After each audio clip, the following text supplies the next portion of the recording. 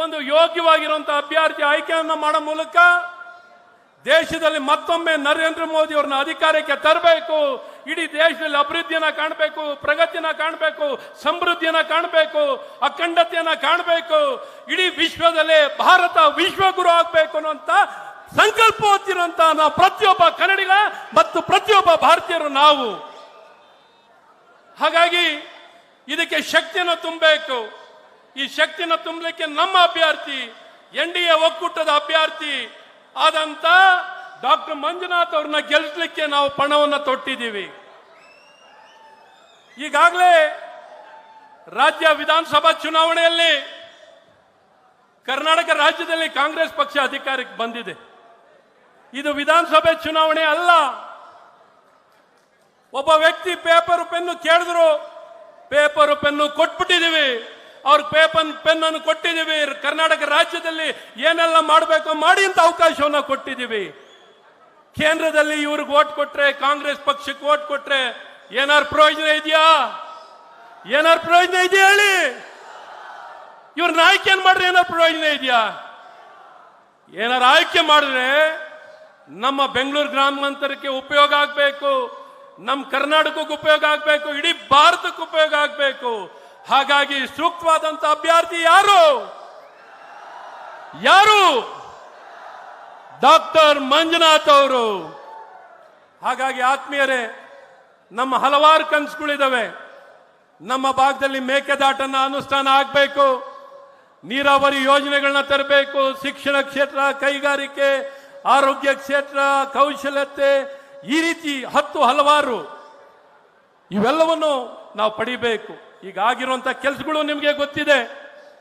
ಯಾವ ರೀತಿ ನಮ್ಮ ಬೆಂಗಳೂರು ಗ್ರಾಮಾಂತರ ಬೆಂಗಳೂರಿನಲ್ಲಿ ನರೇಂದ್ರ ಮೋದಿ ಅವರ ಒಂದು ಸರ್ಕಾರದಲ್ಲಿ ಏನಾರ ಒಂದು ಸ್ವಲ್ಪ ಈಗಿನ ಲೋಕಸಭಾ ಅಭ್ಯರ್ಥಿಯಾದಂತ DK ಶಿವರೇಶ್ ಅವರು ಏನಾರ ಅಲ್ಲಿ ಇಲ್ಲಿ ಕಂಡಿದ್ರೆ ನರೇಂದ್ರ ಮೋದಿ ಅವರು ಕೊಟ್ಟಂತ ಯೋಜನೆಗಳು, ಆ ಯೋಜನೆಗಳ ಅನುಷ್ಠಾನವನ್ನು ಮಾಡ್ಲಿಕ್ಕೆ ಅವರು ನಮ್ಮ ಮುಂದೆ ಬಂದಿದ್ದಾರೆ ಹೊರತು ಅವರದೇ ಆದಂತ ಸ್ವಂತ ಪ್ರಯತ್ನ ಇಡೀ ಬೆಂಗಳೂರು ಗ್ರಾಮಾಂತರ ಜಿಲ್ಲೆಯಲ್ಲಿ ಏನನ್ನೂ ಕಾಣಲಿಕ್ಕೆ ಸಾಧ್ಯವಾಗಿಲ್ಲ.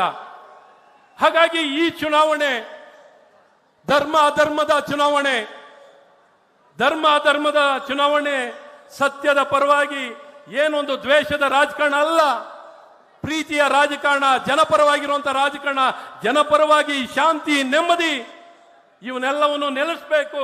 ಜನರ ಧ್ವನಿ ಕೇಳಬೇಕು. ಪ್ರಜಾಪ್ರಭುತ್ವದಲ್ಲಿ ಜನ ಆಧಾರಿತವಾದಂತ ಅಭಿವೃದ್ಧಿ, ಜನ ಆಧಾರಿತವಂತ ರಾಜಕಾರಣವನ್ನ ಮಾಡಬೇಕೆ ಹೊರತು ದ್ವೇಷ, ಅಸೂಯೆ, ತೋಳಬಲ, ಹಣಬಲ, ಅಧಿಕಾರ ದುರ್ಬಳಕೆ, ಜಮೀನನ್ನ ಲೂಟಿ ಮಾಡುವಂತ ವ್ಯಕ್ತಿಗಳು ನಮಗೆ ಬೇಡ ತಾನೆ.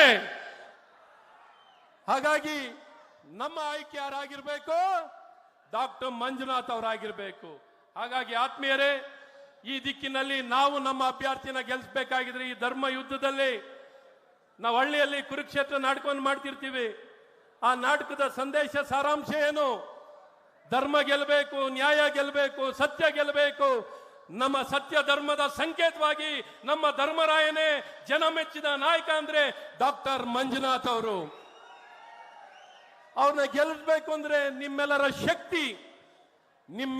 ಶಕ್ತಿ ಪ್ರತಿಯೊಂದು ಮನೆಗೂ ತಲುಪಬೇಕು, ಪ್ರತಿಯೊಬ್ಬ ವ್ಯಕ್ತಿನ ತಲುಪಬೇಕು.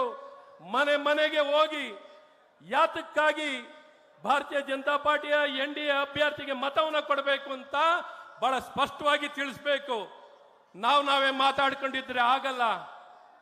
ಈ ಒಂದು ಲೋಕಸಭಾ ಕ್ಷೇತ್ರದಲ್ಲಿ 29 ಲಕ್ಷ ಜನ ಮತದಾರರಿದ್ದಾರೆ. ಎಷ್ಟಿದ್ದಾರೆ? 29 ಲಕ್ಷ ಜನ. ಹಾಗಾಗಿ ಪ್ರತಿಯೊಬ್ಬ ಮತದಾರನ್ನ ತಲುಪಬೇಕು ಅಂದ್ರೆ ನಾವೆಲ್ಲ ಬೀದಿಗಿಳಿಬೇಕು, ಮನೆಗೆ ಹೋಗ್ಬೇಕು, ಹೇಳಬೇಕು. ಈ ಮತ ಕೊಡ್ತಿರುವಂತದ್ದು ನರೇಂದ್ರ ಮೋದಿ ಅವರಿಗೆ ಮತ ಕೊಡ್ತಾ ಇದ್ದೀವಿ, ಡಾಕ್ಟರ್ ಮಂಜುನಾಥ್ ಅವ್ರಿಗೆ ಕೊಡ್ತಾ ಇದ್ದೀವಿ, ಕುಮಾರಣ್ಣನ ಕೊಡ್ತಾ ಇದ್ದೀವಿ, HD ದೇವೇಗೌಡರು ಕೊಡ್ತಾ ಇದ್ದೀವಿ, ಯಡಿಯೂರಪ್ಪನವ್ರು ಕೊಡ್ತಾ ಇದ್ದೀವಿ, ವಿಜೇಂದ್ರ ಅವ್ರು ಕೊಡ್ತಾ ಇದ್ದೀವಿ. ಸಮಸ್ತ ಜಾತಿ ಜನಾಂಗದ ಪರವಾಗಿ ಈ ಮತಯಾಚನೆಯನ್ನ ಮಾಡ್ತಾ ಇದ್ದೀವಿ. ಹಾಗಾಗಿ ನೀವೆಲ್ಲ ಶ್ರಮ ವಹಿಸಬೇಕು. ಈ ಬಿಸಿಲನ್ನ ಲೆಕ್ಕಿಸದೆ ನೀವೆಲ್ಲ ಜನ ಮಧ್ಯದಲ್ಲಿ ಓಡಾಡಬೇಕು ಅಂತ ನಿಮ್ಮನ್ನ ಈ ಸಂದರ್ಭದಲ್ಲಿ ಒತ್ತಾಯವನ್ನ ಮಾಡಿ ಇವತ್ತಿನ ಈ ಕಾರ್ಯಕ್ರಮ ನಾಮಪತ್ರ ಸಲ್ಲಿಕೆಯಲ್ಲಿ ಡಾಕ್ಟರ್ ಮಂಜುನಾಥ್ ಅವರು 5 ಜನಕ್ಕಿಂತ ಹೆಚ್ಚಿನ ಜನ ಬೇಡ, 5 ಜನ ಸಾಕು ಅಂತ ಅವರು ಒತ್ತಾಯವನ್ನ ಮಾಡ್ತಿದ್ರು. ಆದರೆ ಜನ ಒಪ್ತಿಲ್ಲ. ನಮ್ಮ ಸಮಸ್ತ ಜನತೆ ಎಲ್ಲ ಕ್ಷೇತ್ರದಿಂದ ನಿಮ್ಮ ಅಭಿಮಾನಿಗಳು ಬಂದು ನಿಮ್ಗೆ ಬೆಂಬಲವನ್ನು ವ್ಯಕ್ತಪಡಿಸ್ಲಿಕ್ಕೋಸ್ಕರ ಈ ಜನಸಾಗರ ಬಂದಿದ್ದಾರೆ. ಈ ಜನಸಾಗರ ಬಂದಿರೋದು ನಿಮ್ಗೆ ಆಶೀರ್ವಾದವನ್ನು ಮಾಡಲಿಕ್ಕೆ, ನಿಮ್ಗೆ ಬೆಂಬಲವನ್ನು ವ್ಯಕ್ತಪಡಿಸ್ಲಿಕ್ಕೆ. ಆತ್ಮೀಯರೇ, ಹಾಗಾಗಿ ಮುಂದೆ ಬನ್ನಿ. ಈ ಚುನಾವಣೆ ಬಹಳ ಸ್ಪಷ್ಟ ಸಂದೇಶ ಕೊಡಬೇಕು. ಇಡೀ ದೇಶ ನೋಡ್ತಿರುವಂತ ಚುನಾವಣೆ, ಇಡೀ ದೇಶ, ಇಡೀ ಕರ್ನಾಟಕ ಎದುರು ನೋಡ್ತಿದೆ ಯಾವ ರೀತಿ ಬೆಂಗಳೂರು ಗ್ರಾಮಾಂತರದಲ್ಲಿ ನಾವು ಚುನಾವಣೆನ ನಡೆಸ್ತೀವಿ ಅಂತ. ಹಾಗಾಗಿ ನೀವೆಲ್ಲರೂ ಎಷ್ಟು ಉತ್ಸಾಹದಿಂದ ಮುಂದೆ ಬಂದಿದ್ದೀರೋ ಅದೇ ರೀತಿ ಬೀದಿಗಿಳಿದು ಮನೆ ಮನೆಗೆ ಹೋಗ್ಬೇಕು. ಆಗ ಮಚ್ಚಿನ ಮತದಾನ ಆಗ್ಬೇಕು.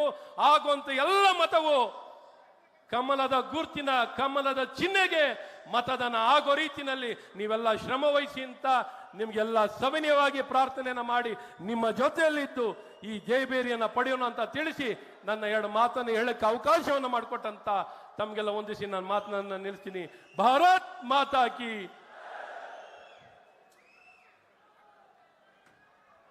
ನಮ್ಮೆಲ್ಲರ ನೆಚ್ಚಿನ ಶಾಸಕರು, ಕರ್ನಾಟಕ ರಾಜ್ಯದ ಮಾಜಿ ಉಪಮುಖ್ಯಮಂತ್ರಿಗಳಾದಂತಹ doctor CN Ashwath Narayan sir ಅವ್ರಿಗೊಂದ್ಸಲ